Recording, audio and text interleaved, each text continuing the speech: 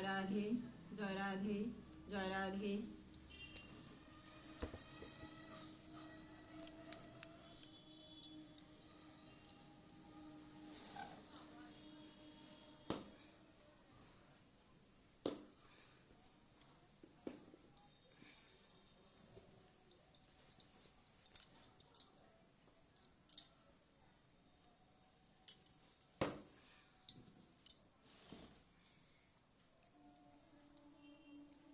জয় জয় শ্রী গুরু প্রেমানন্দে একবার হরি হরি বলো।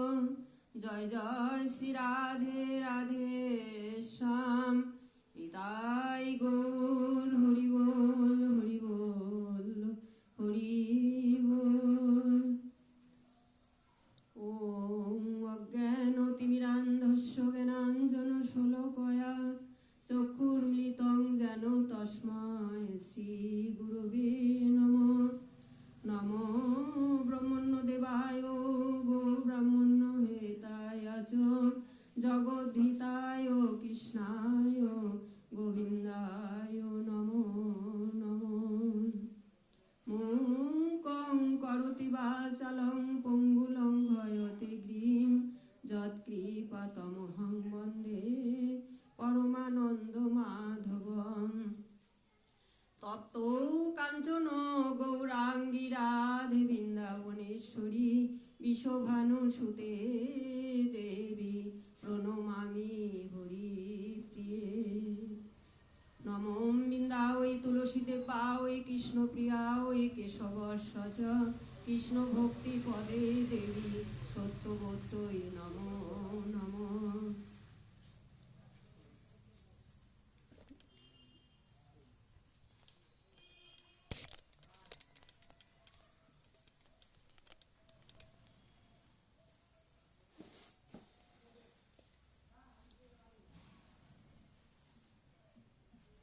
জয় জয় তুলসী মহারানী, জয় জয় বৃন্দা মহারানী, বৃন্দা মহারানী জয় জয় তুলসী মহারানী।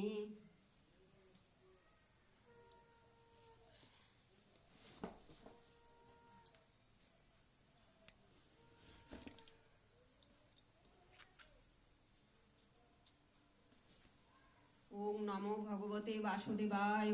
জয় গীতা, জয় গীতা, জয় গীতা।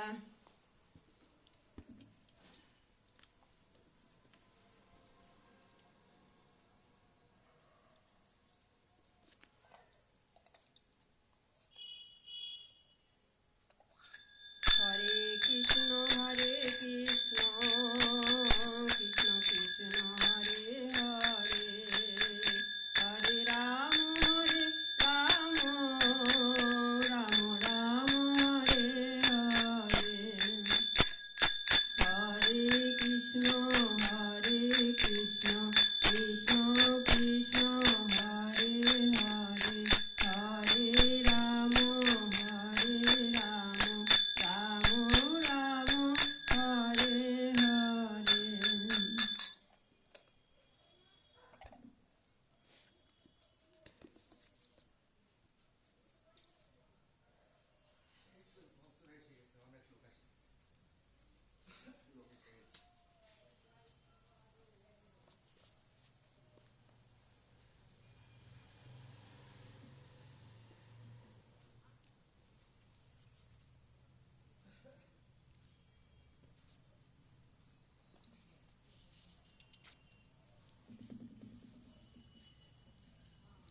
জয় গীতা, জয় গীতা, জয় গীতা। ওম নমো ভগবতে বাসুদেবায়। হরি ওম তৎসৎ, হরি ওম তৎসৎ, হরি ওম তৎসৎ।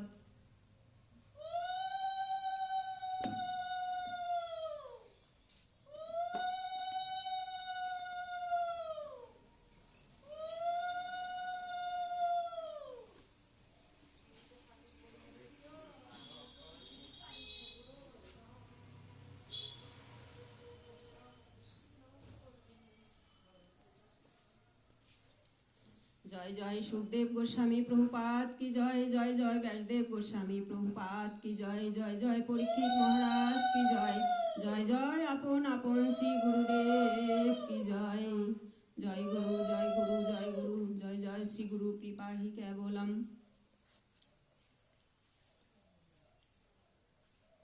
শ্রীমদ্ ভগবদ গীতা।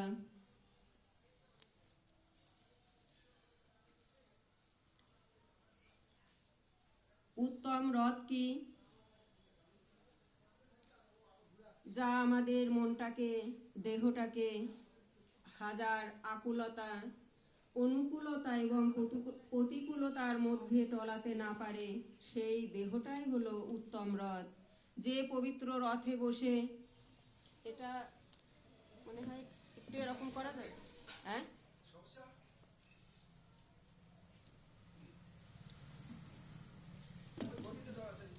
রাধে রাধে, রাধে রাধে।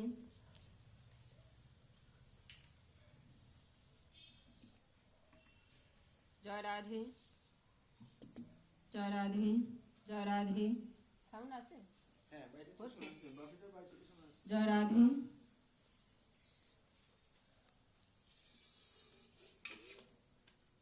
উত্তম রথ কি?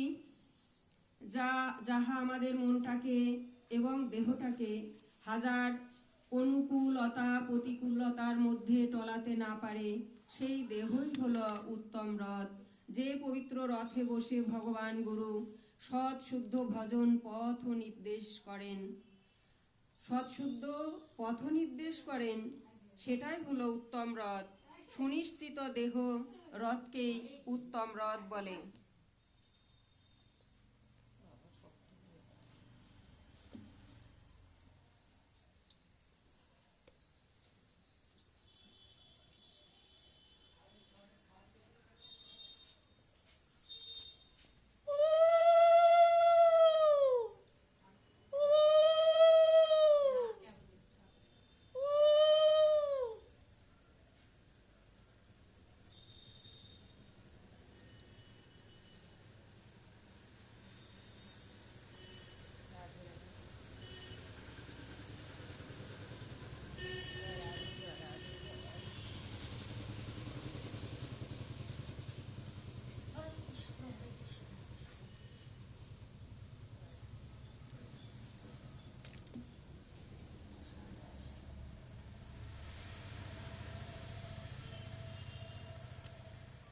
সুনিশ্চিত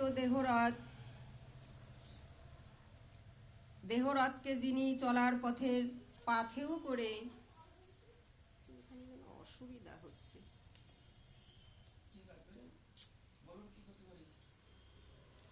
এই পাশটায় দিলেই ভালো হতো মাইকটা, এই মাইকটা অসুবিধা হচ্ছে। সেই ব্যক্ত রথে বসিয়া পার্থ অর্জুন, মাতুল পিতামহ, শ্বশুর শ্যালক সুহৃদ, বহু আত্মীয় স্বজনদেরকেই দেখিতে পাইলেন।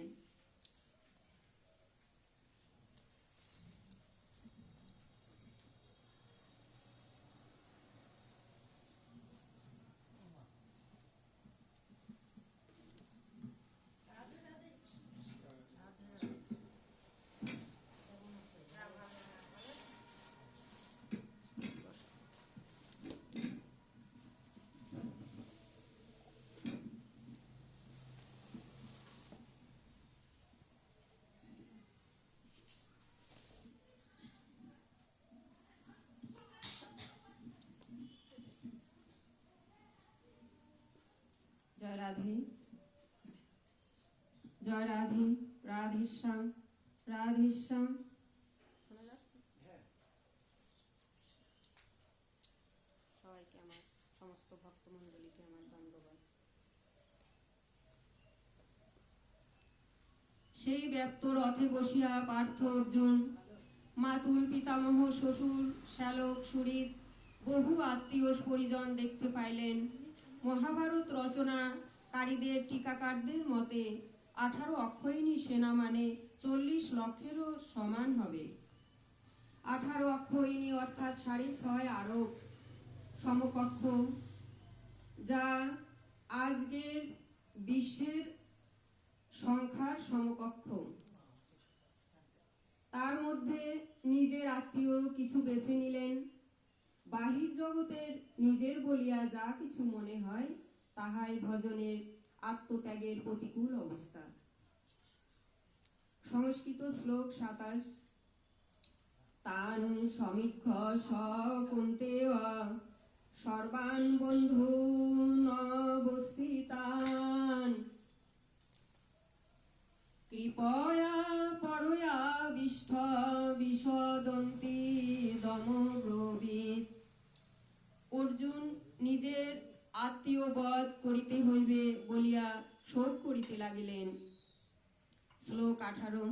অর্জুন উবাচ দৃষ্টে মান সজনাম কৃষ্ণ দৃষ্টে নাম সজনাম কৃষ্ণ যুজুৎসুন সমবস্থিতান সিদন্তি সমগাত্রাণি মুখঞ্চ পরিশুষ্যতি।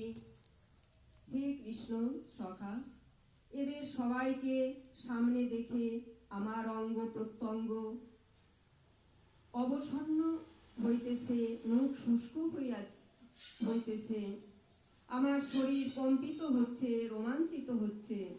আমি এখন কি করি বলে দাও প্রভু। এদের বধ করিয়া আমার কি মঙ্গল হইবে বুঝিতে পারিতেছি না। আমার হাত হইতে গান্ডীব খসিয়া পড়িতেছে, শরীর কাঁপিতেছে। এই কথা বলিয়া অর্জুন মুখে হাত দিয়া রথের উপরে বসিয়া পড়িলেন। আর সংস্কৃত শ্লোকে বললেন ন চ শ্রেয় হনু পশ্যামি হত্যা স্বজনমা হবে ন কাঙ্ক্ষেয় বিজয়ং কৃষ্ণ ন চ রাজ্যং সুখানি চ। হে কৃষ্ণ, আমি বিজয় চাহি না, রাজ্য সুখ ভোগই কামনা করি না। হে গোবিন্দ, আমাদের রাজ্যে কি বা প্রয়োজন? আর সুখ ভোগী বা কেন? কি হবে এসব দিয়ে? কেন চাইবো এসব? কিন্ন রাজ্যে ন গোবিন্দ ভোগ্যই বিজিতে ন বা কি সুহত্র মে কাঙ্ক্ষিতাং ন রাজ্যম সুখ ভোগ সুখানি চ। আমার রাজ্য অভিলাষ ছিল, কিন্তু পরিবার নিয়ে, ভোগ সুখ এদের বাদ দিয়ে নয়। তাই এই যুদ্ধে আমি কাকে বধ করব?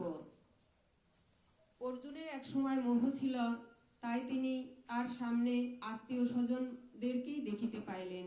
সেই ক্ষেত্রে তাহার মনে মোহের উদয় হল। তিনি সেজন্য বললেন যে আমার সামনে আমার আত্মীয় স্বজন গণই বসে আছে বা দাঁড়িয়ে আছে, আমি তাদেরকে মেরে তাদের রক্তমাখা রাজ্য আমি কি করে ভোগ করব? আমি এদেরকে মারতে পারবো না। এই কথা বলে তিনি রথের উপরে মুখে হাত দিয়া বসিয়া রইলেন এবং বললেন সংস্কৃত শ্লোক অর্জুন উবাচ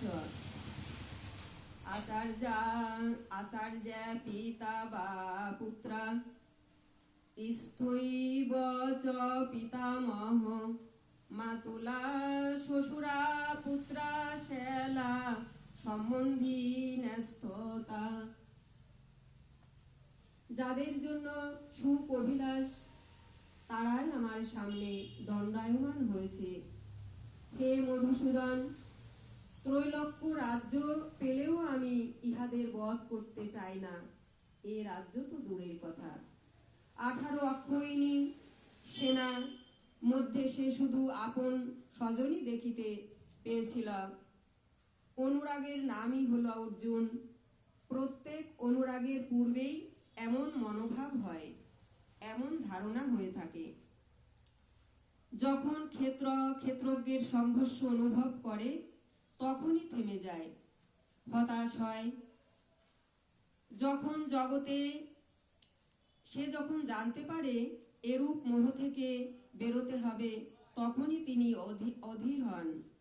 তাই তো পূজ্য মহারাজজি বললেন মৃত্যু হওয়া এবং সাধু হওয়া একই ব্যাপার। মহারাজজি বললেন যে মৃত্যু হওয়া এবং সাধু হওয়া একই ব্যাপার, কেননা সাধুদের জন্য এই জগতে কেউ জীবিত থাকলেও আসলে কেউ জীবিত থাকে না, মায়ার স্থানে কেউ জীবিত থাকে না। সেজন্যই পূজ্য মহারাজজি বললেন যে সাধু হওয়া আর মৃত্যু হওয়া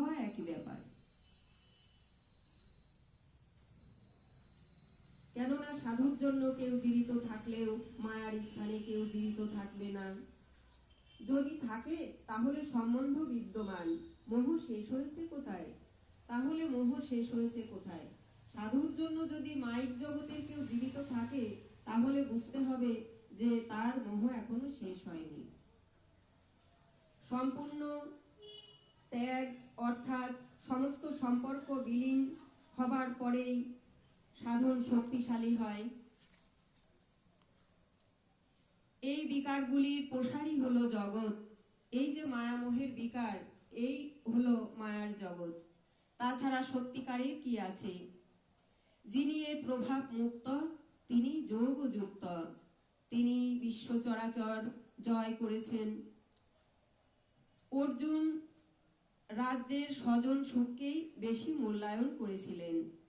এর উপর ত্রিলোকের ঊর্ধ্বসুখ পরকাষ্ঠা বলে কিছু আছে, তাহা তিনি তৎক্ষণাৎ ভাবেন নাই। সেজন্য তিনি বললেন, হে জনার্দন, ধৃতরাষ্ট্র ধৃষ্টতার রাষ্ট্র ভ্রম ও দুর্যোধন মোহকে বধ করে আমাদের কি লাভ হবে? এই ধৃতরাষ্ট্র হলেন অন্ধ। এই গীতার মধ্যে প্রথম শ্লোকটি কে বলেছিলেন? অন্ধ ধৃতরাষ্ট্র। আর সর্বশেষ শ্লোকটি বলেছিলেন সঞ্জয়। সঞ্জয় হলেন যিনি ভগবানকে সঞ্চয় করতে পেরেছেন, তিনি হলেন সঞ্জয়। আর ধৃতরাষ্ট্র হলেন ধৃষ্টতার প্রতীক, অর্থাৎ তার বাহিরের চোখও অন্ধ ছিল এবং হৃদয়ের চোখও অন্ধ ছিল, সেজন্য তিনি ধৃতরাষ্ট্র অর্থাৎ ধৃষ্টতার প্রতীক।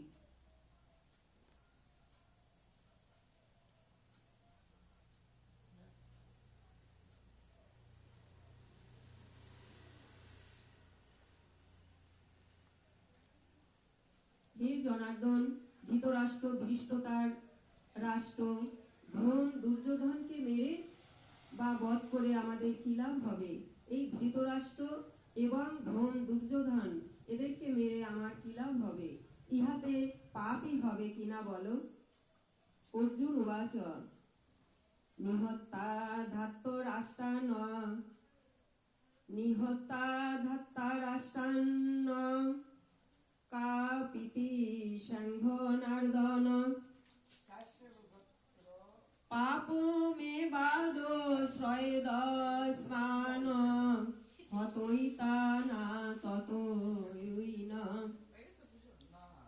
আততায়ী এবং আত্মিক কল্যাণ সাধনে যারা বাধা সৃষ্টি করে তারা আরো আততায়ী।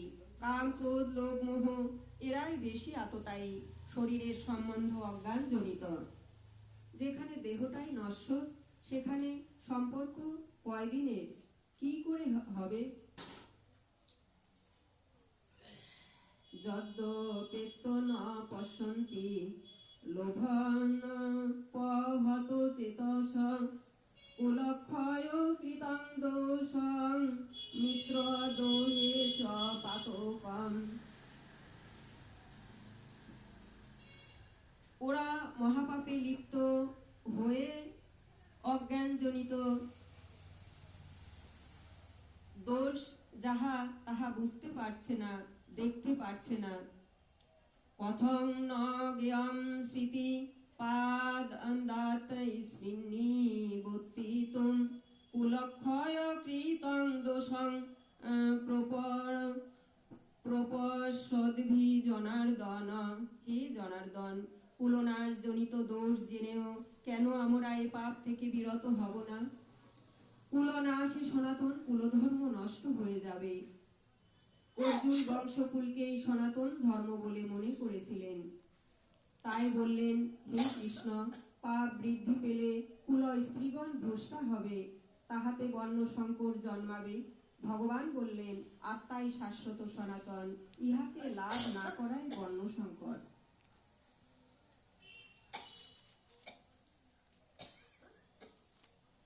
অর্জুন নিজেকে মহাগাতা বলে মনে করলেন, তাই সাধারণ গণ কিছু একটু জানলে বা বলতে পারলে নিজেকে মহাজ্ঞানী ভাবে, মহাজ্ঞানী বলে মনে করেন, কিন্তু তার অধিক জানলে নিজেকে তখন মহামূর্খ ভাবেন যে আমার কিছুই জানা হয় নাই, আমি কিছুই জানতে পারি নাই। এইভাবেই তিনি তখন নিজেকে মহামূর্খ ভাবেন। ভগবানের লীলা অনন্ত অসীম অগাধ, তাই কিছুই জানা হয় নাই।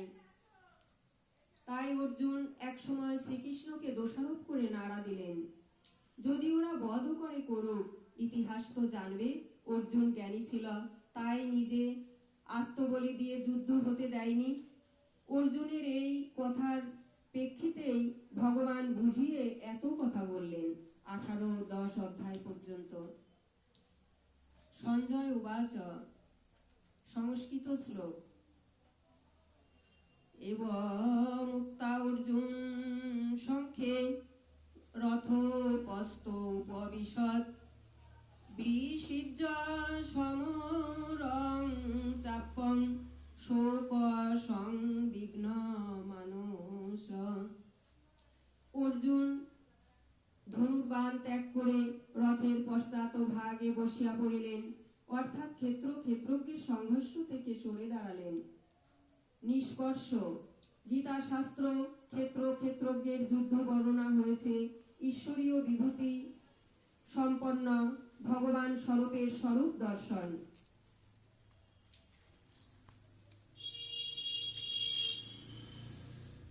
সেই গানই হলো গীতা শাস্ত্র। এই ক্ষেত্রে গায়ন সম্পাদন, যে ক্ষেত্রে গায়ন সম্পাদন করা হয় তাহা হলো শরীর। যে ক্ষেত্রে বা ক্ষেতে এই গায়ন বা গান, এই গীতার গান সম্পাদন করা হয় সেটা ছিল ক্ষেত্র, অর্থাৎ ক্ষেত, অর্থাৎ দেহের মধ্যে ভগবান বলেছিলেন তাহা হলো শরীর। এই শরীরকে অন্তরালে, এই শরীরের অন্তরালে দুটি প্রবৃত্তি বিদ্যমান, এক ধর্মক্ষেত্র, দুই কুরুক্ষেত্র। যুদ্ধে সেনা সমূহের স্বরূপ ও আধার বর্ণিত হয়েছে। শঙ্খধ্বনির মাধ্যমে এদের পরাক্রম নিরূপণ হলো।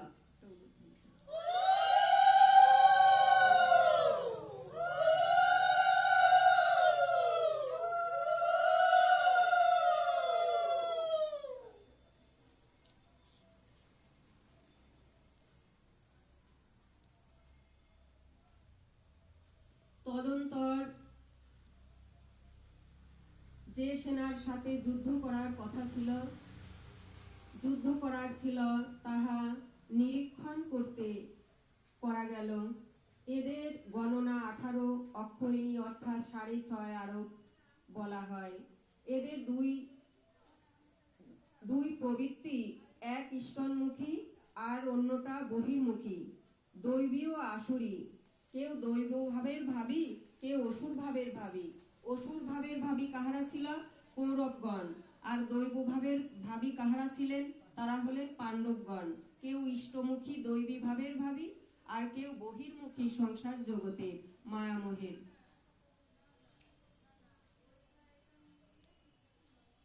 অন্তর্মুখী পরমধর্ম পরমাত্মায় ছুটে চলে। যারা আত্মাকে জানতে চায়, আত্মাকে বোঝে, তারা সেই পরমাত্মায় ছুটে চলে। অন্তর্মুখী পরমধর্ম পরমাত্মায় ছুটে চলে। কেউ প্রবৃত্তিতে বিশ্বাস করে, তাই আমার আমিতে ব্যস্ত। যারা প্রবৃত্তিতে, সংসারের প্রবৃত্তিতে বিশ্বাস করে, তারাই আমার আমিতে ব্যস্ত। ঈশ্বরের দিক দর্শন হলে সব চাওয়া ইচ্ছা তার ফুরিয়ে যায়। জীবনে জীবের যতদূর সম্বন্ধ বিস্তার, এই সংসার যাত্রাও তার জন্য ততটাই দীর্ঘ। একটা জীবের সংসারের মধ্যে যতদূর তার সংসারের প্রতি বিশ্বাস, ততদূরই তার গমনাগমন, ততটাই তার পথ দীর্ঘ। বিষাদ মানেই কিছু পাওয়া, বিষাদেই অনুরাগ জন্মে। তাই সংশয় বিষাদ যোগ 1ম অধ্যায়। অতএব ওম এই প্রকার শ্রীমদ্ ভগবদ গীতা রূপা ব্রহ্মবিদ্যা যথা উপনিষদ শ্রীকৃষ্ণ এবং অর্জুন সংবাদ যথা সংশয় বিষাদ যোগ নামক 1ম অধ্যায় সমাপ্ত হল।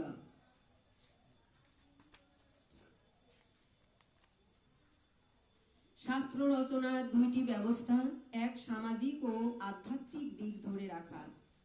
পূর্বপুরুষের আচরিত ধর্মকর্ম অনুসরণ করা যায়, যাহাতে শাশ্বত শান্তি লাভ হয়। রামচরিত মানুষ মুখ্য দিকটাকেই ধরে রাখে। সেজন্য বেদব্যাস শাস্ত্র রচনার উদ্দেশ্য করে মহাভারত রচনার মধ্য দিয়ে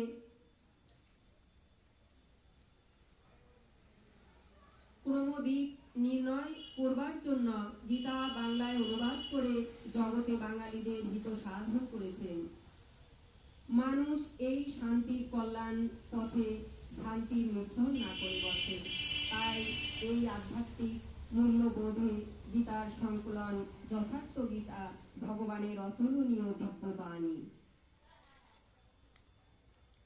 ওম শ্রী পরমাত্মনে নমঃ। যথার্থ গীতা, দ্বিতীয় অধ্যায়, সাংখ্যযোগ, কর্মজিজ্ঞাসা।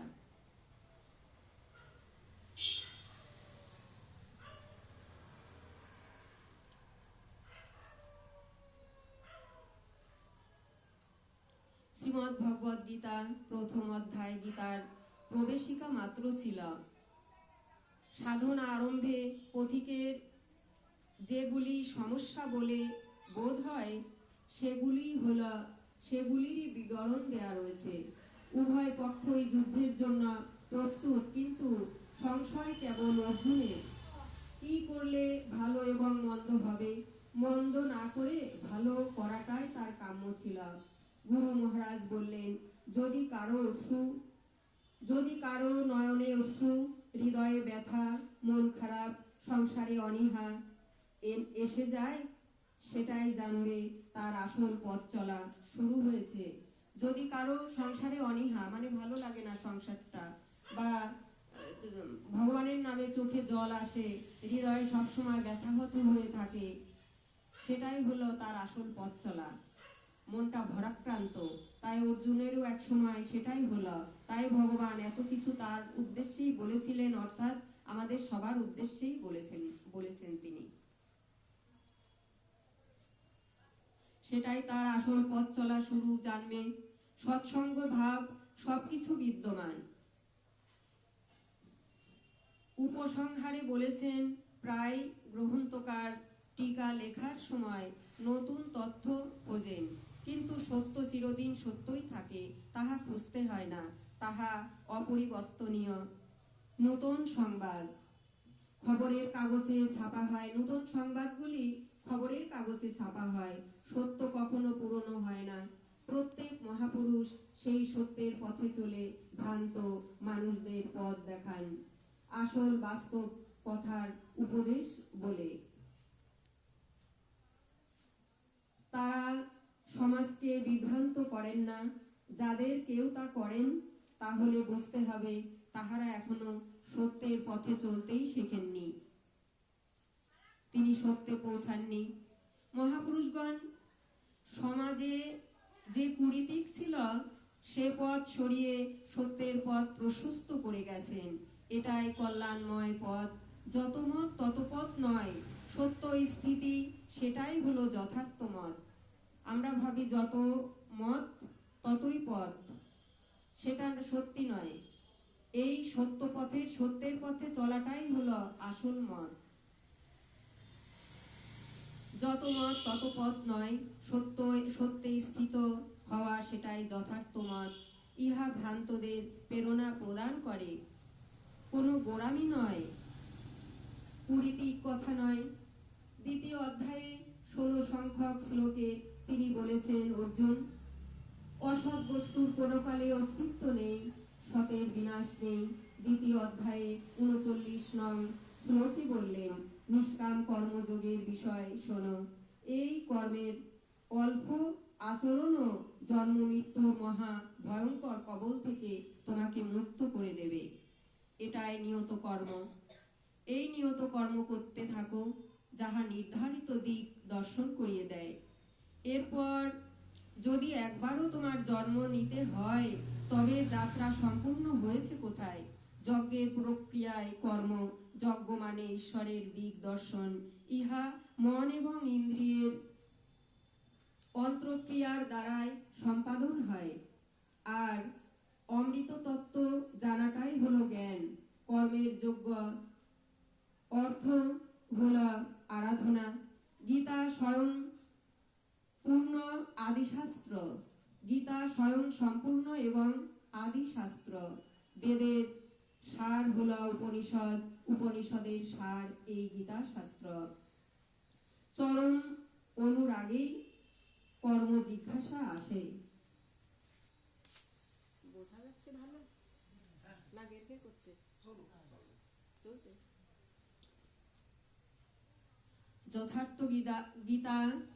যথার্থ গীতা তৃতীয় অধ্যায় কর্ম জিজ্ঞাসা। অনুরাগের প্রথম পর্বেই সাংসারিক অনীহা। সংসারের কোনো কিছুতেই অতটা স্বাদ পাওয়া যায় না, কিন্তু কুড়িতিক বাসনা থাকলে সে বলবে কুলধর্ম সনাতন, কুলক্ষয় হবে, স্বেচ্ছাচার বৃদ্ধি পাবে। এটা অর্জুন বলেছিলেন এক সময়।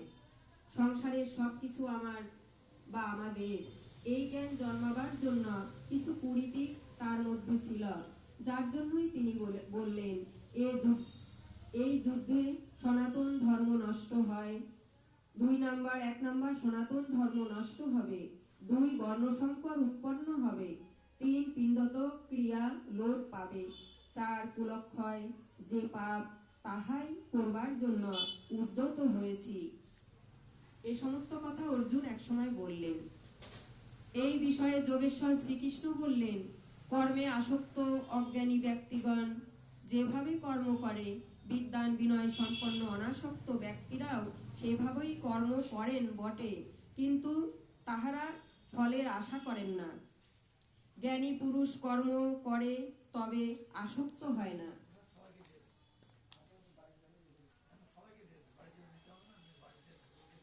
অর্জুন, এই বিষম স্থানে কোথা থেকে তোমার এরূপ মোহ জন্মালো?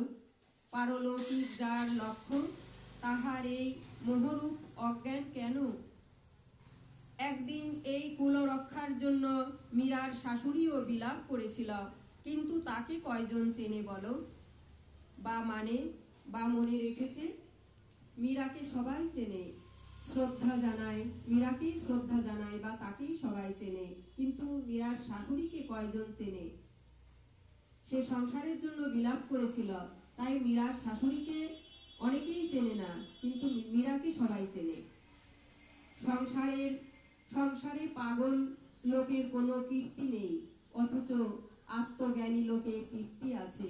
হে অর্জুন, ক্লীব ভাব আশ্রয় করো না, হৃদয় দ্রবল্যতা ছাড়ো, ইহা ক্ষত্রিয়ের শোভা পায় না।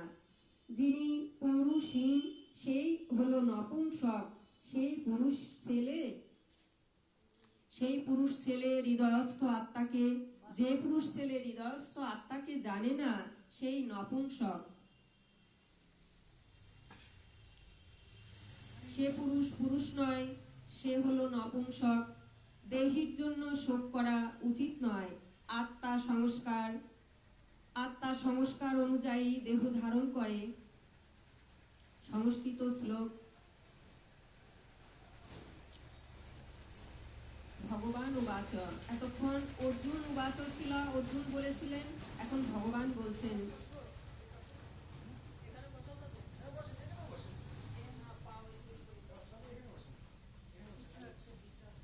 ভগবান দ্বিতীয় অধ্যায়ে এখানে কয়েকটি শ্লোক বললেন, যে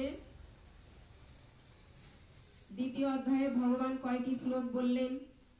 বাসাংসি জীর্ণানি যথা বিহায় নবানি গৃহানি নরহ পরাণি তথা শরীরানি বিহায় জীর্ণা নগ্নানি সংজাতি নবানি দেহি। মানুষ যেমন পুরাতন বস্ত্র ত্যাগ করিয়া আরেকটি নতুন বস্ত্র পরিধান করে, আত্মাও এই পুরাতন দেহটি ত্যাগ করিয়া আরেকটি নতুন দেহ ধারণ করে। নৈনং ছিন্দন্তি শস্ত্রাণি নৈনং দহতি পাবক ন চৈনং ক্লেদন্তাপ ন শোষয়তি মারুত। এই আত্মাকে আগুন পারে না দগ্ধ করিতে, রৌদ্র পারে না শুকাইতে, জল পারে না ভিজাইতে, আর বায়ু পারে না শুষ্ক করিতে। এই আত্মা অজ অমর অব্যয় নিত্য শাশ্বত সনাতন। অব্যক্ত হয় অচিন্ত হয় বিকার্য হয় মুচ্যতে তস্মাদেবং বিদিত্বৈনং নতং শুচিতুম অর্জসি। এই আত্মা অব্যক্ত অচিন্ত অবিকার রহিত, ইহা জেনে হে অর্জুন তোমার শোক করা উচিত নয়। অথচৈনং নিত্য জাতং নিত্য বা মন্যসে মৃতং তথাপি তং ন মহাবাহ নৈবং শিনতি শচিতুমর্ধসি। ভগবান বললেন যে অথচৈনং নিত্য জাতং নিত্য বা মন্যসে মৃতং তথাপি তং মহাবাহ নৈবং শচিতুমর্ধসি। হে অর্জুন, এই আত্মা যদি নিত্য জন্মশীল এবং নিত্য মরণশীল বলে তোমার মনে হয়, তবে ইহা জেনে তোমার শোক করা উচিত নয়।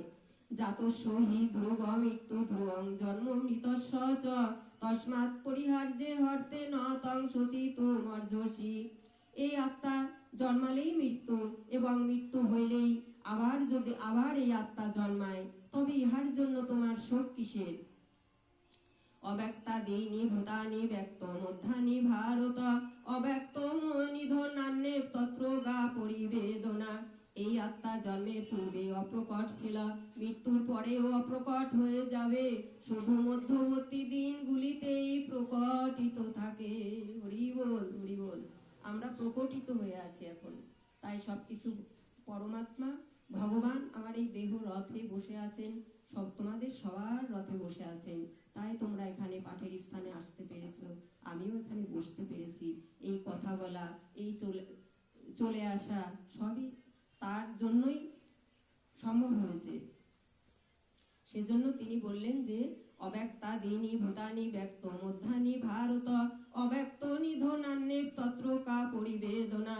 এই আত্মা জন্মালেই মৃত্যু এবং মৃত্যু হইলেই আবার তাহার জন্ম হবে, শুধু মধ্যবর্তী দিনগুলিতেই প্রকটিত থাকে।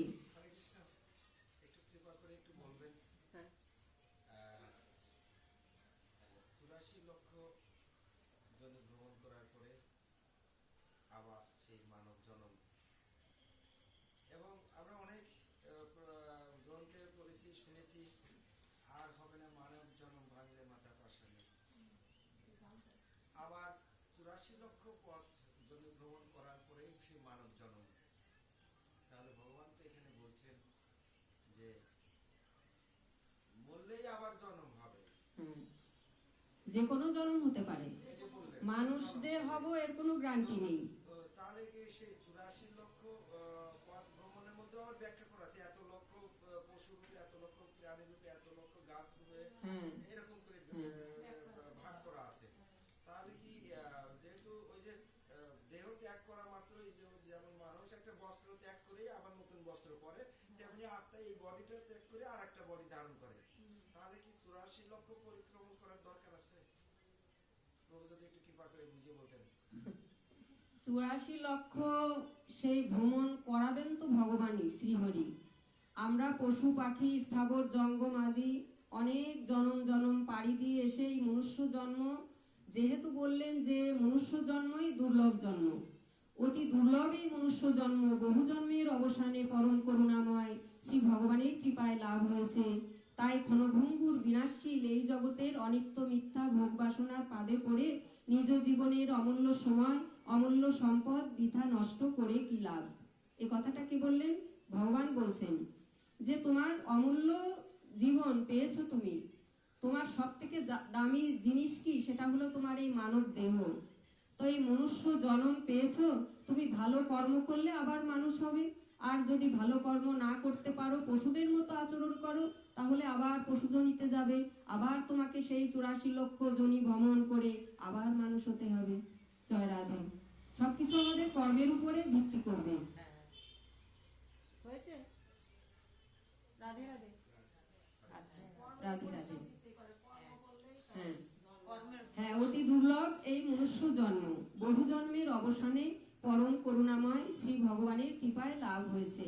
তাই ক্ষণভঙ্গুর বিনাশী এই জগতের অনিত্য মিথ্যা ভোগ বাসনার ফাঁদে পড়ে নিজ জীবনের অমূল্য সময় অমূল্য সম্পদ বৃথা নষ্ট করে কি লাভ? তো যদি আমরা বৃথা নষ্ট করি, আমাদের তো পশুজনিতে যেতেই হবে। আমরা মানুষের কর্ম করলে তো আবার মানুষ হব।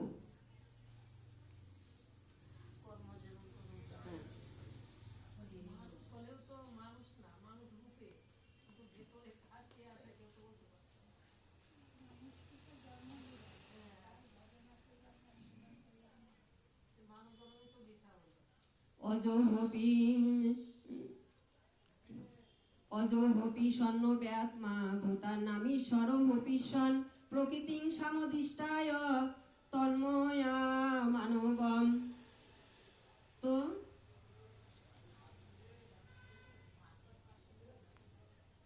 ইন্দ্রিয়গুলিকে বিনাশ করো, এই ইন্দ্রিয়গুলিকে বিনাশ করো, এরাই বিকারের বাসস্থান এবং দেশ।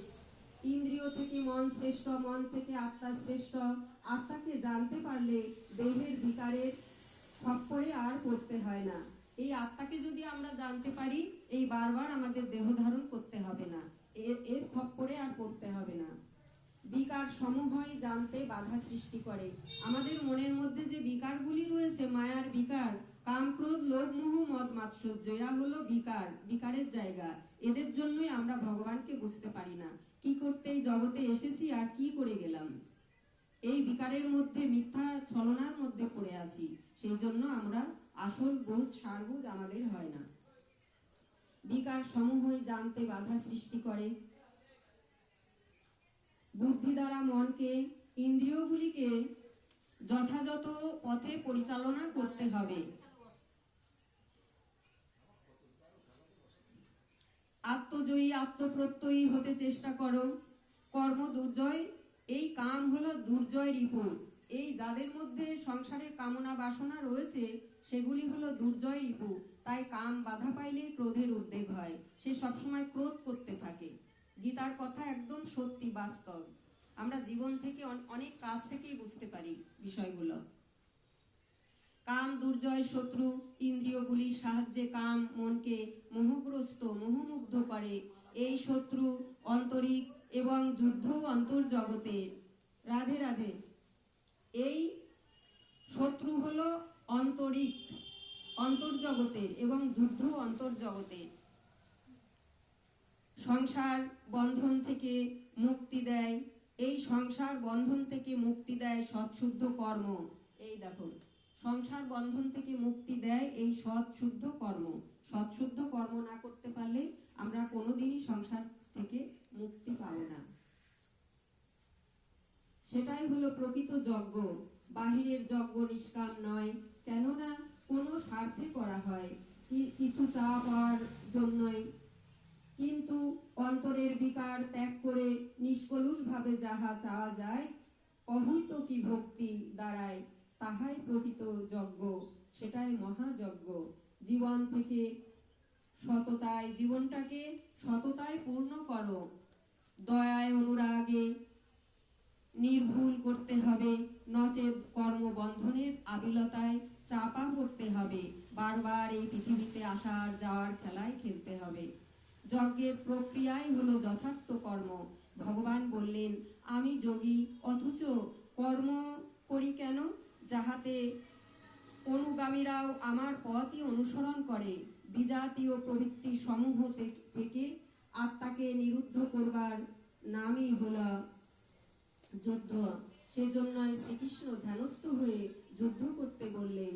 কেননা কাম ক্রোধ লোভ মোহ মদ মাৎসর্য, এরা রাগ দেশ বিজাতীয় প্রবৃত্তি সমূহ যাহাতে বাধা দিতে না পারে, মনটাকে বশে আনাই প্রকৃত যুদ্ধ বা তীর্থ। এই মনটাকে বশে আনাই হলো প্রকৃত যুদ্ধ, বা এটাই মহাতীর্থ। যে মানব এই মনটাকে নিজের বশে আয়ত্তে আনতে পেরেছেন, তারই প্রকৃত যুদ্ধ হয়েছে, তারই হয়েছে প্রকৃত যুদ্ধ।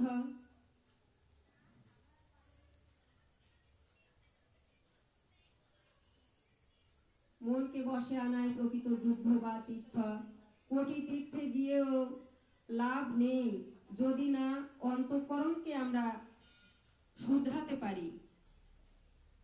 কোটি তীর্থ ক্ষেত্রে গিয়েও কোনো লাভ হবে না যদি মনটাকে আমরা শোধন করতে না পারি। এই প্রবৃত্তিকেই তীর্থ না করা পর্যন্ত তোমার মহাতীর্থে গিয়েও কোনো লাভ হবে না। এই মনটাই হলো মহাতীর্থ। জ্ঞানময় কথার দ্বারায় নিজের মনটাকে পবিত্র রাখো। গীতার মতো পবিত্র সৎ জ্ঞানময় কথাকে হৃদয়ে আশ্রয় দাও। বিশ্বাস ভালোবাসা দেওয়াই হলো মহাতীর্থের যাত্রা। এই গীতা এবং ভাগবতের বাণীকে হৃদয়ে ধারণ করে সেই মতো চলাকেই বলে মহাতীর্থের যাত্রা। তাহার বাহিরে শততীর্থে গেলেও কোনো ফললাভ হবে না। কচুরি পানার মতো আবার এসে মনে ভিড় জমাবে।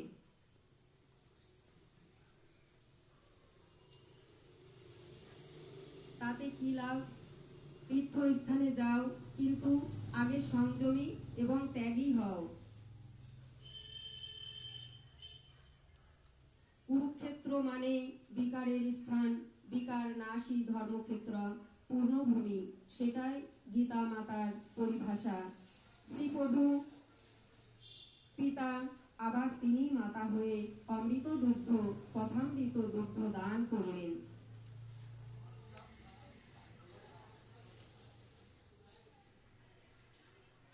শুধু অর্জুন নয়, আমাদের তপ্ত হৃদয়ে মহাবাণী দুগ্ধ ঢেলে সে অগ্নিতাপ নিভাতে চেষ্টা করলেন। যে শুনে আনন্দ গ্রহণ করবে তারই প্রাণ জোড়াবে। চতুর্থ অধ্যায়ে বোঝালেন, তাই যুদ্ধের জন্য স্বীয় সংকল্পতা গ্রহণ করো। এই জ্ঞানরূপ অসি দ্বারা অজ্ঞান নাশ অর্থাৎ ছেদন করো। পঞ্চম অধ্যায় থেকে দশম অধ্যায়ে কোনো যুদ্ধের চর্চা তিনি করেন নাই, প্রক্রিয়া বলেন নাই। যজ্ঞই বিধিনিষেধ মেনে চলো। যজ্ঞই হলো বিধিনিষেধ মেনে চলা। তার বাহিরে সবই বন্ধন। কর্ম মোক্ষতে সুভাষ, কর্মই মুক্তি লাভ করায়। কুপ্রবৃত্তিগুলির নাশই হলো যুদ্ধ। আমাদের মধ্যে যখন আমার আমিত্ব, কামনা, বাসনা, অহংকার, হিংসা, দেশ, কুপ্রবৃত্তিকে আমরা নিজের বশে আয়ত্তে রাখতে পারি, সেটাই হলো প্রকৃত যুদ্ধ। তার বাহিরে কোনো যুদ্ধকেও যুদ্ধ বলে না।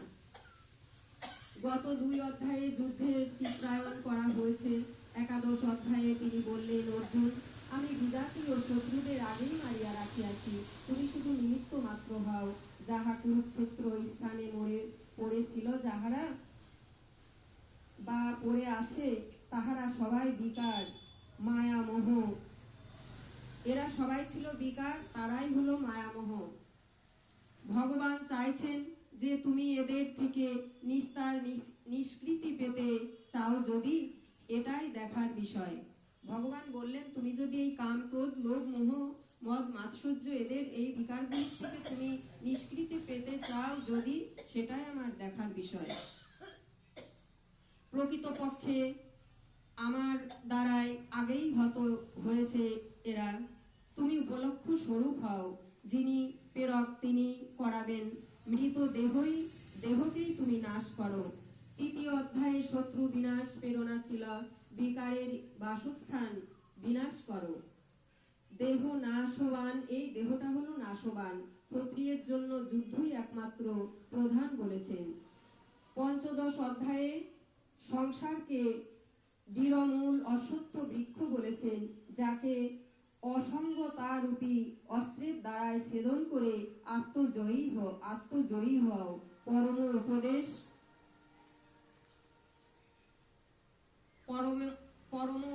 উপদেষ্টা হও। ষষ্ঠদশ অধ্যায়ে অর্জুনের চিত্র উল্লেখ করেছেন, যাহারা নরকগামী। দ্বিতীয় তৃতীয় অধ্যায়ে যুদ্ধের বিশদ বর্ণনা করেছেন। 30 থেকে 43 পর্যন্ত যুদ্ধের স্বরূপ, যুদ্ধের অনিবার্যতা, যুদ্ধে প্রবৃত্ত না হলে বিনাশ, যুদ্ধে নিহত শত্রুদের নাশ এবং তাদের বধ করবার জন্য নিজ শক্তির আহ্বান। নিশ্চয় তাদের বধ করবার জন্য জোর দিলেন। শত্রুর অন্তঃস্বরূপ স্পষ্ট বর্ণনা করেছেন। যাদের বিনাশ করবার প্রেরণা প্রদান, সেটাই হলো তৃতীয় অধ্যায়। যাদের বিনাশ করবার প্রেরণা প্রদান যে অধ্যায়ে, তাহাই হলো তৃতীয় অধ্যায়।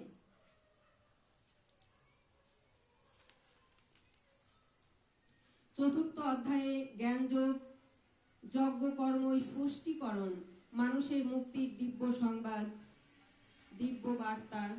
জ্ঞানযোগ এবং কর্মযোগ আমাদের বন্ধন মুক্ত করতে পারে। এই যোগের প্রণেতাকে কিভাবে এর বিকাশ হয়?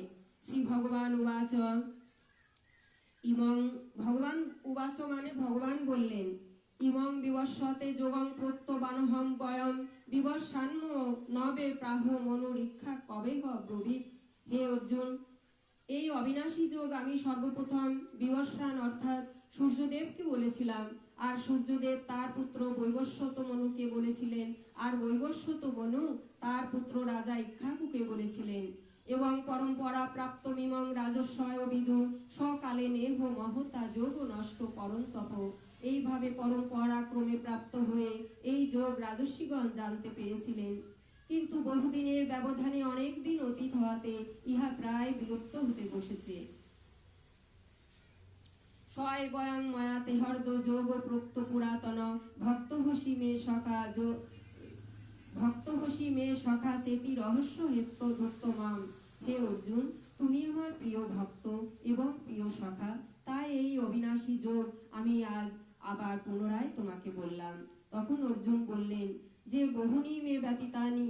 অর্জুন বললেন যে তোমার জন্ম হয়েছে পরে এবং সূর্যদেবের জন্ম হয়েছে বহুকাল পূর্বে, তাহলে আমি কি করে বুঝব যে এই রহস্যময় যোগ আপনি সর্বপ্রথম বিবস্বান অর্থাৎ সূর্যদেবকে বলেছিলেন? তখন ভগবান বললেন যে বহুনি মে ব্যতীতানি জন্মানি তব চার্জুন তান্নহং বেদ সর্বাণি নথ্য মেত্য পরন্তপ। হে অর্জুন, তোমার এবং আমার বহু জন্ম গত হয়ে গেছে, সেসব তুমি কিছুই জানো না, কিন্তু আমি তাহা সবই জানি। অজহপি সন্ন ব্যাত্মা ভূতান নামীশ্বর হপিশ্বন প্রকৃতিং সামধিষ্ঠায় সম্ভবাম্যাত্ম মায়য়া। আমি জন্মরহিত অবিনাশী স্বরূপ এবং সকল কিছুর ঊর্ধ্বে আমি সবকিছুই জানি, কিন্তু তোমার দ্বারাই সে সমস্ত জানা সম্ভব নয়। আমি জানালেই তুমি জানতে পারবে। তস্মাৎ সর্বেষু কালেষু মামনুষ্বর যুদ্ধশ্চ, অর্থাৎ তুমি মায়ামোহ ত্যাগ করে যুদ্ধ করো, তাহলে তোমার সবকিছু জানা হবে। রাধে রাধে।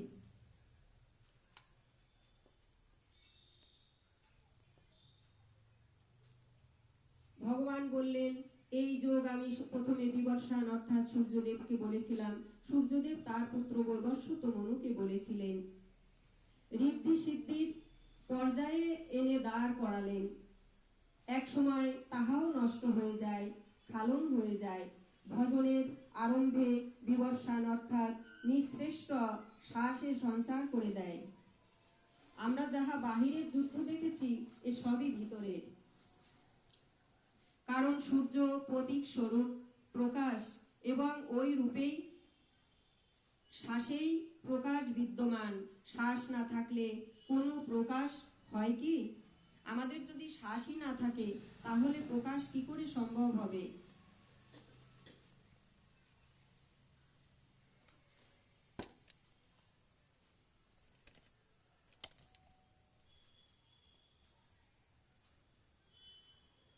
সূর্যই প্রকাশ দাতা, সূর্যদেবী প্রকাশ দাতা, অর্থাৎ সূর্য সেই স্থানেই আছে। এই যোগ অবিনাশী, এর আরম্ভের কোনো শেষ নেই। এই ঈশ্বর যোগ একবার আরম্ভ করে দিলে পূর্ণতা প্রাপ্ত করেই এর শেষ হয়। যদি আমরা ঈশ্বরের পথে চলতে পারি, তাহলে একসময় কোনো একদিন আমাদের সেই পূর্ণতা প্রাপ্ত করেই তিনি ছাড়বেন। পূর্ণতা প্রাপ্ত করেই এর শেষ হয়। দেহের কল্প ওষুধের দ্বারা হয়, কিন্তু আত্মার কল্প হয় ভজনের দ্বারাই। ঘুমন্ত মানুষ যারা যোগ বিষয় চিন্তা পর্যন্ত করে না, তাদের সবাই নিজের বলিয়া সবকিছু নিজের বলিয়া তাহারা ভাবে, সবকিছু নিজের বলিয়া মনে হয়। ভগবানকে সাধারণ দেহধারী তখন বোধ করে। অর্জুনও এমনই ভাবেই একসময় ভেবেছিলেন।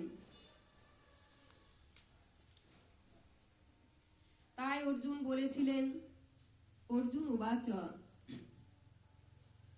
অপরং ভবতু জন্ম পরং জন্ম বিবস্বত প্রথমে তো বিজানিয়াং তমাদৌ প্রক্তবানিতে।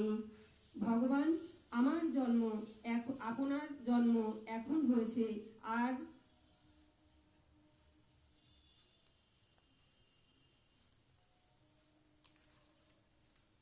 সূর্যদেবের জন্ম হয়েছিল বহুকাল পূর্বে। তাহলে আমি কি করে বুঝবো যে আপনি এই অবিনাশী যোগ প্রথমে সূর্যদেবকে বলেছিলেন? অজহপি স্বর্ণ ব্যাত্মা ভূতান্নামীশ্বর হপিশ্বন প্রকৃতিম সামধিষ্ঠায় ও সম্ভবাম্যাত্ম মায়া। ভগবান বললেন, তাই আমি জন্মরহিত অবিনাশী স্বরূপ হয়েও এখন দেহের আধার যুক্ত। দেহ থাকতেই সেই পরম তত্ত্বে স্মৃতি লাভ সম্ভব। এই দেহ দ্বারাই পরম তত্ত্বে স্মৃতি লাভ সম্ভব। এই দেহ বাহক আত্মা সত্য, এই আত্মার দ্বারাই পূর্ণ স্মৃতি লাভ করা যায়। কিন্তু কোন কোন পরিস্থিতিতে লাভ করা যায়? ভগবান বললেন, যদা যদা যদা হি ধর্মস্য গ্লানি ভবতু ভারত অভ্যস্থানায় অধর্মস্য তদাত্মানম সৃজাম্যহম। তারপরে বললেন, যখন ধর্মের গ্লানি, অধর্মের আমিত্ব এসে ভিড় জমায়, অধর্ম বৃদ্ধি পায়, ধর্মের গ্লানি হয়, তখনই আমি স্বরূপের রচনা করি। যেমন এরূপ মনুর হয়েছিল, হৃদয়ে বহুত দুঃখ লাগো জনমে জগতে ভপতি ভিন্ন। যখন শাশ্বত ধর্মের জন্য হৃদয় জাগে, নয়ন কাঁদে, দুঃখ ব্যথায় মন ব্যথিত হয়। গদ গদ গীরা নয়নে বহে নীরা, গদ গদ গীরা নয়নে বহে নীরা। এই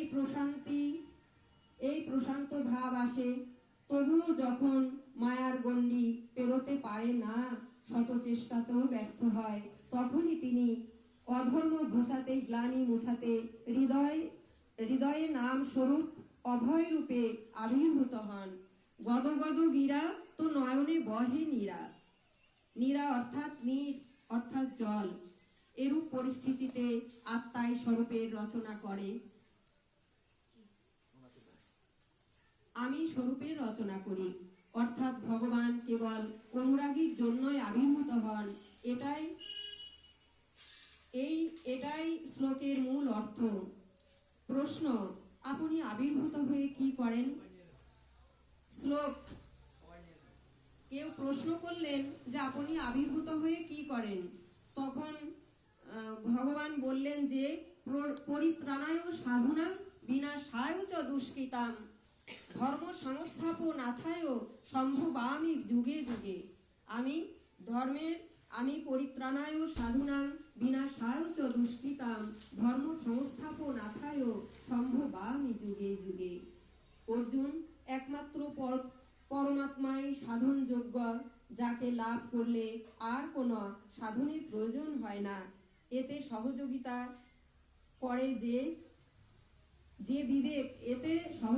করে যে বিবেক, সেই শাশ্বত সনাতন।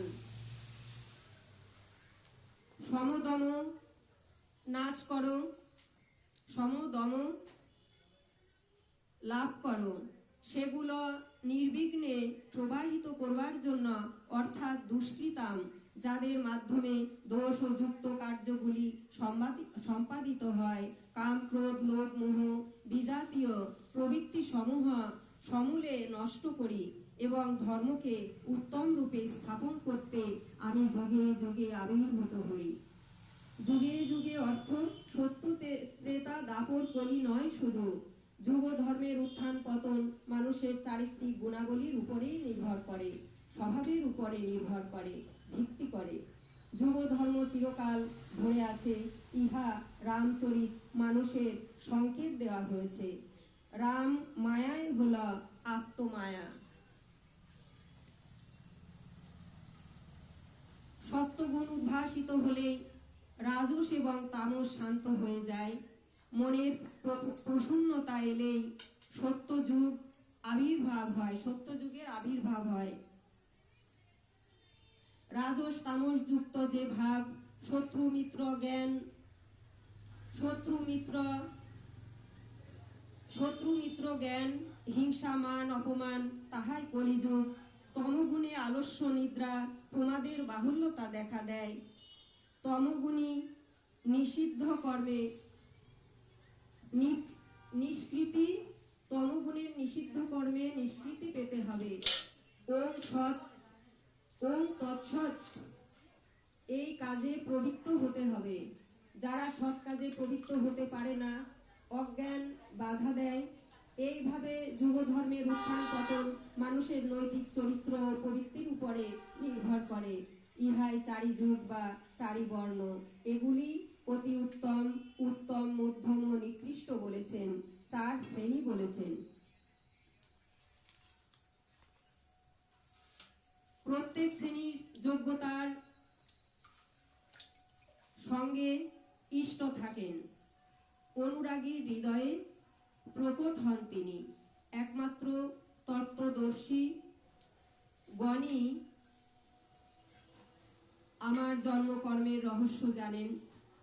জ্ঞান বৃক্ষের শিকড় যত প্রসার মেলবে, ততই ভক্তি বৃক্ষ বড় হতে থাকবে। একদিন বিশাল বট বৃক্ষে পরিণত হবে এবং চরণে পৌঁছে দেবে। ইহা পরম গুরু শ্রীকৃষ্ণের দিব্য বার্তা, মানুষের মুক্তির পথ নির্দেশক। আত্মায় পরম তত্ত্ব, আত্মায় পরম মঙ্গল পরমের সঙ্গে সংযুক্ত করে দেয়। পরমাত্মা হয়ে যায় তখন। অবতার উৎকৃষ্ট অনুরাগীর হৃদয়ে আবির্ভূত হন। তার জন্ম দিব্য, তাকে জানাই জ্ঞান।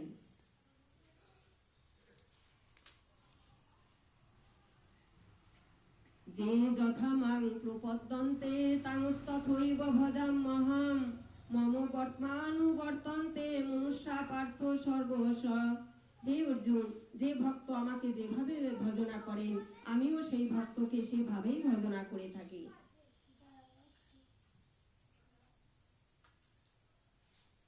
যার যতটুকু অনুরাগ, তাকে ততটুকুই কৃপা করিয়া থাকি। সাধকের শ্রদ্ধায় তার উপর বর্ষিত হয় কৃপারূপে। এই যোগ আরম্ভের শেষ নাই, একবার আরম্ভ করিলে কোনো কালে শেষ করিয়াই ছাড়ে। শ্বাসে সংস্কারের সৃজনই হল সূর্যের প্রতি বলা। মনে স্ফুরণ হলে মহাপুরুষের মহাবাণীর প্রতি প্রীতি সাধন হয়। আরাধনাতে তীব্রতা আসে। তখনই মনকে বলছি,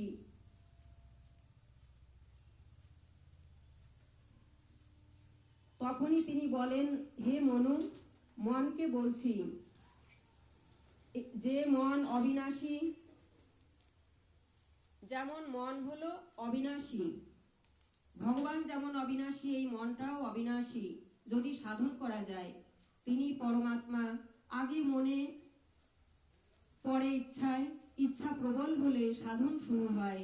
সাধনই প্রকৃত কর্ম, আর সব ভ্রান্ত। কর্ম অকর্ম বিকর্ম দর্শন করো। আমরাও তামসিক ও রাজসিক ম্লান হলে, হ্রাস পেলে সাত্ত্বিক পর্যায়ে থাকে, তখন ক্ষত্রিয় শ্রেণীর হয়। তার উপরে গেলে ব্রাহ্মণ শ্রেণীর হয়। চারি শ্রেণীর কার্যকলাপই চারি বর্ণ বলে। যার যেমন চিন্তা বা কার্য, যার দ্বারা যজ্ঞ তেমনই পূর্ণ হয়ে থাকে। সেই ক্রিয়ার নাম হল প্রকৃত কর্ম। ব্রহ্মবিদ মানে ব্রহ্মকে জানা, ব্রহ্মে যোগযুক্ত হওয়া।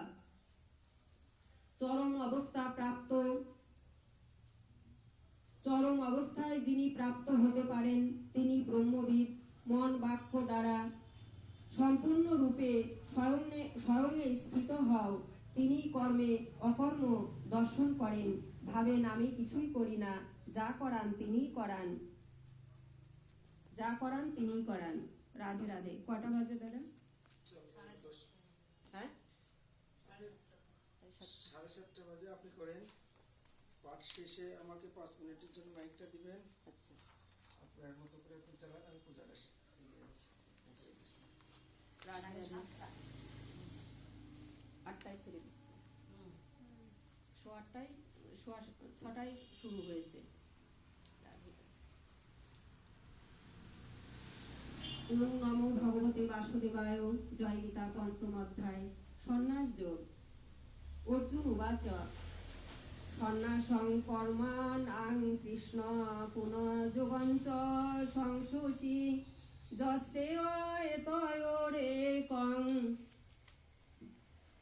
তন্নেরুহি সুনিশ্চিতম। অনুবাদ পদ্য। কর্ম ত্যাগ তত্ত্ব কহি কর্মযোগে স্তুতি সুনিশ্চিত বল কৃষ্ণ কোন পথে গতি। শ্রী ভগবান বললেন, সন্ন্যাস কর্ম যোগে করে মুক্তি দান, কর্মযোগ তবু লভে সর্বশেষ স্থান।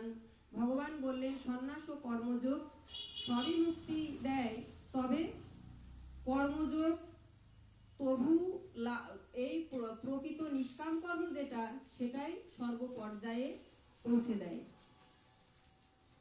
অনুবাদ। সতে কার্যরূপ দেবার নাম কর্ম, যোগযুক্ত কর্ম। এখানে কর্মে অকর্ম পার্থক্য করা হয়েছে, যাহাতে দিশা নির্দেশ সঠিক হয়। কামনা শূন্যতায় মনের জয়ী অবস্থা। পরমাত্মাকে প্রত্যক্ষভাবে জানায় জ্ঞান। যাকে লাভ করবার কথা ছিল, তাকে যখন লাভ করেছি, তখন আর কাকে খুঁজব? তবে লাভ না করা পর্যন্ত খোঁজা খুঁজতেই হবে। পেয়ে গেলেই খোঁজা শেষ। তাদেরই জ্ঞান পূর্ণ হয়। তারা শীত উষ্ণ, সিদ্ধি অসিদ্ধি, সুখ দুঃখ, হর্ষ দেশ মান অপমান, দ্বিধা দ্বন্দ্বের অতীত। তিনি লাভ ক্ষতি সবার ঊর্ধ্বে। সেই কর্মের কোনো পরিণাম নেই, সকলই পরমাত্মাতে বিলীন। কর্মে প্রবৃত্ত হলেও মহাপুরুষগণ কোনো কিছুতেই লিপ্ত হন না। উত্তম সমাধি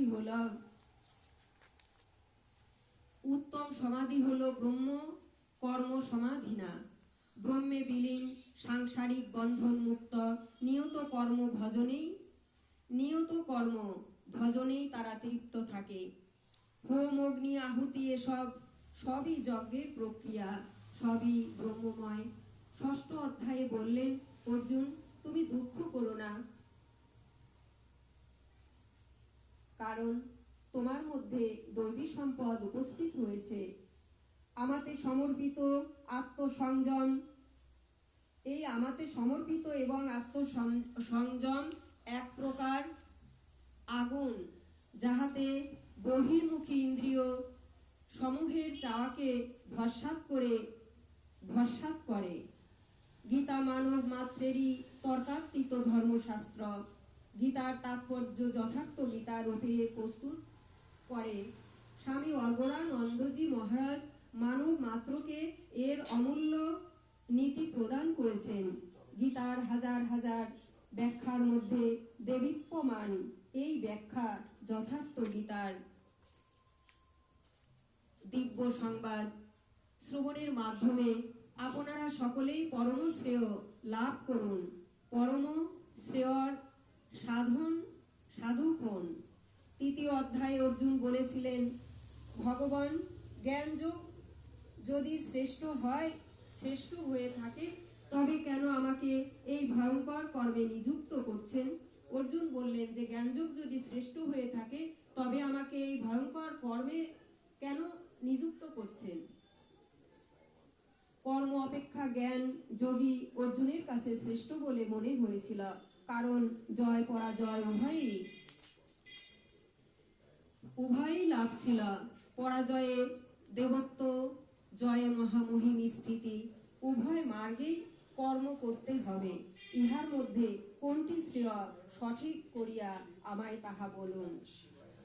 উভয়ই পরম শ্রেয় প্রদান করে। তবে নিষ্কাম কর্মযোগী শ্রেষ্ঠ। ভগবান বললেন উভয়ই পরমপদ প্রদান করে, তবে নিষ্কাম কর্মযোগটাই হলো শ্রেষ্ঠ। যিনি বিদ্বেষ করেন না বা কোনো কিছুর আশা করেন না, তিনি সন্ন্যাসী বা যোগী। তিনি সন্ন্যাসী বা যোগী। নিষ্কাম কর্মই বা মৌনতাই মুনি। জ্ঞান যোগ নিষ্কাম কর্মেরই আচরণ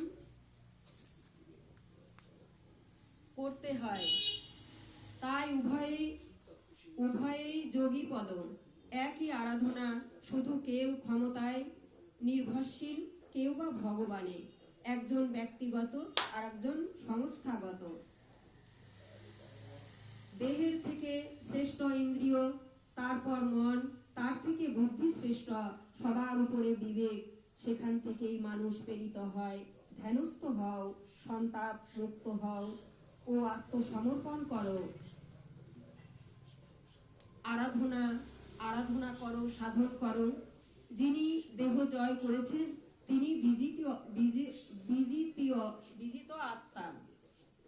যিনি এই দেহকে জয় করেছেন তিনি বিজিত আত্মা। আর ইন্দ্রিয় জয়কে বলে জিতেন্দ্রিয়। পদ্মফুল যেমন পাকে জন্মায়, পাকে জন্মিয়েও তার পাপড়ি স্বচ্ছ এবং সুন্দর থাকে, কোথাও কাদা নেই, তদ্রূপ তুমিও কামনার কাদা মেখো না। তত্ত্বদর্শীগণ সবাইকে আত্মা ভাবেন, তুমি কামনার কাদা মেখো না।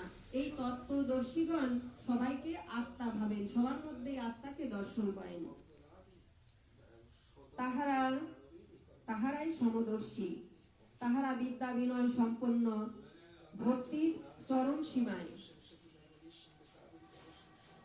ইহ জগতেই নিষ্কাম কর্মের দ্বারায় মুক্তি দিতে পারে। বাহ্য সংসার শত্রু, তাকে ত্যাগ করো। মৃত্যুর পর মুক্তি হয় না, প্রাণের উন্নতি হয় না। সোজা হয়ে বসে ভ্রু যুগলের মধ্যে দৃষ্টি স্থাপন করিয়া নাক যেন নজরে না পড়ে।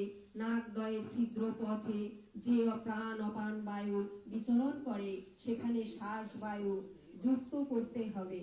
ভ্রু যুগলের দৃষ্টি, ভ্রু মধ্যে দৃষ্টি রেখে সে শ্বাস কখন ভিতরে যায় আর কতটুকুই বা সেখানে থাকে, মাত্র আধা সেকেন্ড। অমনি ভাবে সারাক্ষণ আসা যাওয়া করতে থাকে এই শ্বাস। 21,600 বার এই শ্বাস আমাদের মধ্যে আসা যাওয়া করে।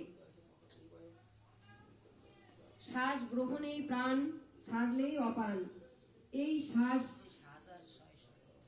হ্যাঁ, এই শ্বাসে শ্বাসে রাধা কৃষ্ণ হরে কৃষ্ণ ধ্বনিত হয়। আমরা কি বুঝতে পারি? এই শ্বাসে শ্বাসে রাধা কৃষ্ণ হরে কৃষ্ণ ধ্বনিত হয়। 21,600 বার এই শ্বাস রাধা কৃষ্ণ বলে আসা যাওয়া করতেই থাকে সবসময়। কিন্তু আমরা এই শ্বাসের দ্বারাই কত বাজে কর্ম বা বাজে কথা বলে সময় কাটিয়ে ফেলি। রাধা কৃষ্ণ হরে কৃষ্ণ ধ্বনিত হয়, সেটাই অজপা জপ, সেটাই হলো অজপা জপ। বাহিরের ভোগ বাহিরেই রাখো, মনকে স্থির করো। এইভাবে প্রাণ ও অপানের গতি যিনি জয় করেছেন, সেই মনই জগতে মুক্ত। যজ্ঞ এবং তপস্যা, আমি গন্তব্যের নাম সন্ন্যাস, সেখানে না পৌঁছানো পর্যন্ত সে পথিক। যজ্ঞের প্রক্রিয়াই হলো নিয়ত কর্ম। প্রাণ অপানের বায়ু নিরুদ্ধ এবং মায়া বর্জিত কর্মই প্রকৃত যজ্ঞ। 6ষ্ঠ অধ্যায় অভ্যাস যোগ। সাধকের জন্য বেশি উঁচু আসনে বসা উচিত নয়। রাধে রাধে। কুশের আসনে বসিয়া গ্রীবা মস্তক সমান সরল রাখিয়া ধ্যান করুন। ব্রহ্মচর্য অন্বেষণ করুন। বাহ্য স্মরণ না হইলে ভোগবাঞ্ছা কখন হবে? ভোগবাঞ্ছা তখন কখন হবে? শ্রী ভগবান উবাচ। সংস্কৃত শ্লোক। অনারসিত কর্ম ফলং কার্যং কর্ম করত সন্ন্যাসী সযোগী চ চাকরিয়। অনুবাদ: কার্যম কর্ম, কার্যম কর্ম করবার যোগ্যতা, ক্রিয়া আরব্ধ লাভ করবার বিধিনিষেধ। শুভ কর্ম আরম্ভ না করিলে সে সন্ন্যাসীও নয়, যোগীও নয়। সর্বসংকল্প সন্ন্যাসী। এই আত্মা নিজেই নিজেকে উদ্ধার করিবে, এই আত্মা নিজেই নিজেকে উদ্ধার করিবে। আত্মায় আত্মার বন্ধু, আত্মায় আত্মার শত্রু। সংস্কৃত শ্লোক: বন্ধুর আত্মা নাং মনোতসৎ এবা আত্মা নাং মনোশিবা। বন্ধুর আত্মই না জিত অনর্থই ন্যস্ত শত্রুতে বস্তই আত্মবা শত্রুবৎ। আত্মজয়ী ব্যক্তি নিজের বন্ধু, না পারিলেই শত্রু। এই আত্মজয়ী ব্যক্তি হলো নিজের বন্ধু, আর না পারিলেই সেই আত্মাই তার শত্রু হয়ে যাবে। অধোগতি প্রাপ্ত হব। তাই অধোগতি প্রাপ্ত হইও না। মন ও ইন্দ্রিয় সমূহ জয় হইলে জীবাত্মা শীত উষ্ণ, মান অপমানের সমান। যার প্রবৃত্তি চরম শান্তিতে প্রবাহিত, ইহাই আত্মার উদ্ধার পথ বলে দেয়। শ্রী ভগবান উবাচ: জ্ঞানা বিজ্ঞান জীবাত্মা কূটস্থ। রাধে রাধে।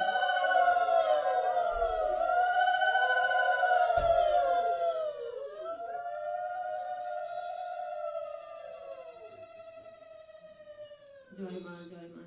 রাধেশ্যাম, রাধেশ্যাম, রাধেশ্যাম। শ্রী ভগবান উবাচ: জ্ঞান বিজ্ঞান জীবাত্মা কূটস্থ জিতেন্দ্রিয় তত্র চ তে যোগী শান্তি মনস্কান্ত কাঞ্চন। এই জ্ঞান বিজ্ঞান কথায় যোগীদের হৃদয় শান্ত করে। এই গীত শ্রবণের ফলে গৃহ অঙ্গন তপভূমির ন্যায় সুযোগ্য হয়। শ্রী গীতা মায়ের অভয় বাণী। যে গৃহে গীতা এবং ভাগবত পাঠ অহরহ করা হয়, সেটাই হচ্ছে তপভূমি হয়ে যায়। তপ্ত হৃদয় খানি তখন তার জুড়িয়ে যায়। পরমাত্মার দর্শন ও জানাকেই বলে জ্ঞান। সেই প্রেরক ইষ্টের কার্য প্রণালী জানাকেই বলে বিজ্ঞান। এই বাণী সবার জন্য। সম্বন্ধ করো তার সাথে, তাকে ভালোবাসো, আর অন্যের উপকার করো। আর অন্যের উপকার করবার জন্যই বেঁচে থাকো। হৃদয়ে প্রেম থাকিলেই সম্বন্ধ থাকে।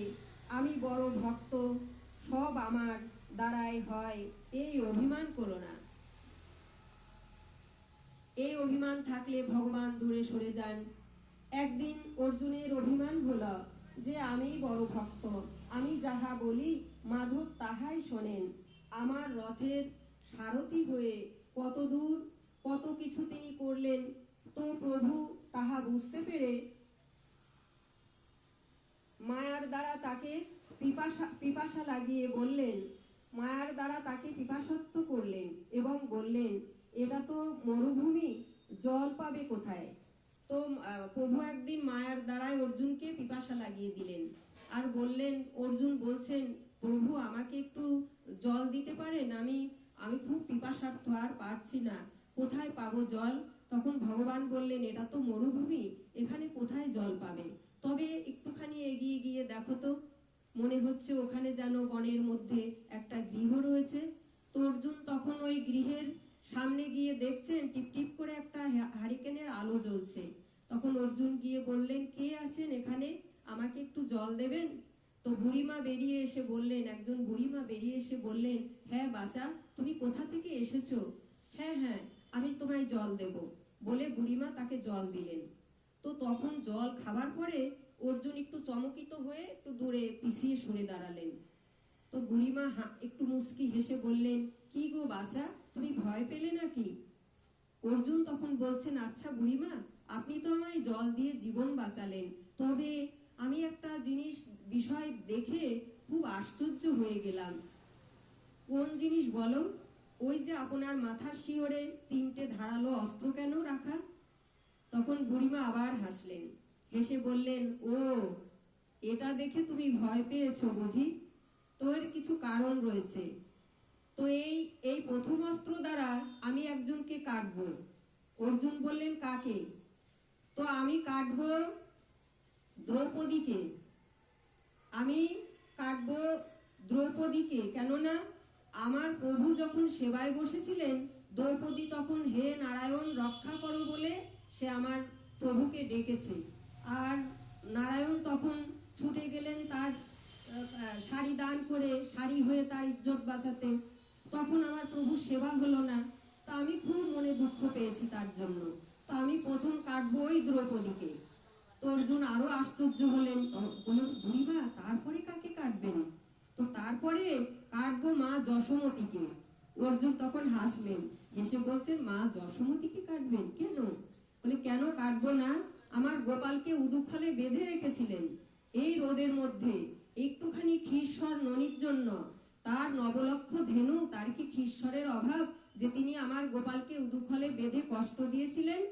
আর উদুখল টানতে টানতে গোপাল সেই জমাল অর্জুন বৃক্ষের কাছে গিয়ে তো তাদেরকে উদ্ধার করলেন ঠিকই, কিন্তু ওই জমাল অর্জুন বৃক্ষ যদি আমার প্রভুর গায়ে পড়তো, আমার প্রভুর কি হতো? তাই আমি যশোমতীকে কাটবো। তারপরে বললেন, আর একটা অস্ত্র দিয়ে কাকে কাটবেন বুড়িমা? তখন বলছে, আর একটা, এই শেষ অস্ত্রটা আমি ব্যবহার করব অর্জুনের জন্য। তখন অর্জুন তো আরো ভয় পেয়ে গেল। কি বলছেন বুড়িমা? অর্জুনকে কাটবেন কেন? অর্জুন কি করেছে? কি করেনি বলো তো? আমার প্রভুকে রথের সারথি বানিয়ে তাকে যথা আজ্ঞা হুকুম পরিচালনা করেছে, যে এখানে নাও সেখানে নাও, এই আত্মীয় স্বজনগণ এখানে নিয়ে রথটি স্থাপন করো, আমি দেখতে চাই কাহারা আমার সম্মুখে দণ্ডায়মান হয়েছে। আবার প্রভু বলেছিলেন, আমি তোমার রথের চালক। তো সে আবার থেকে থেকে প্রভুর গায়ে থাবা দিচ্ছেন, আবার পা দিয়ে কখনো প্রভুকে পথ নির্দেশনা করতে ইন্ধন যোগাচ্ছেন। তবে এসব কাজগুলো সে কেন করেছে আমার প্রভুকে দিয়ে? প্রভু কি তার চাকর নাকি? তাই আমি এই শেষ অস্ত্র দিয়ে ওই অর্জুনের গলা কাটবো। রাধে রাধে।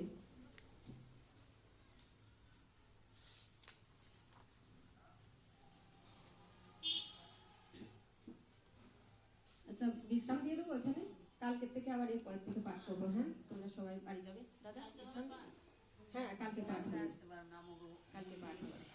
কালকে একদম যতদূর পারি একদম অষ্টাদশ অধ্যায় পর্যন্ত পাঠ শেষ করে দেবো, বিশ্রাম দিয়ে দেবো। গীতা পাঠ বিশ্রাম হবে, তারপরের থেকে আবার ভাগবত শুরু হবে। পরপর গীতা পাঠ করছি। গীতা বাদ দিয়ে দিয়ে পাঠ করলে তো হয় না, প্রথম থেকে একদম শেষ পর্যন্ত পাঠ করতে হয়। তাই কয়েকদিন ধরে গীতায় পাঠ হচ্ছে। আর কালকে করলেই আশা করি বিশ্রাম হয়ে যাবে। যদি না হয় আর 1 অধ্যায় থাকবে, পরে আর একদিন করবো। রাধে রাধে। জয় জয় শ্রী গীতা প্রেমানন্দে একবার হরি বল বলো। জয় জয় শ্রী রাধে রাধে শ্যাম নিতাই গৌর হরি বল হরি বল। রাধে রাধে।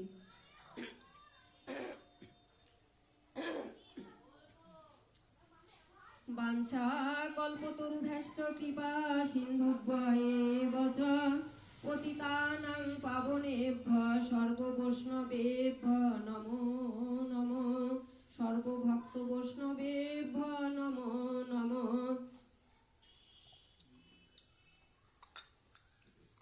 হরে কৃষ্ণ কৃষ্ণ কৃষ্ণ হরে হরে, হরে রাম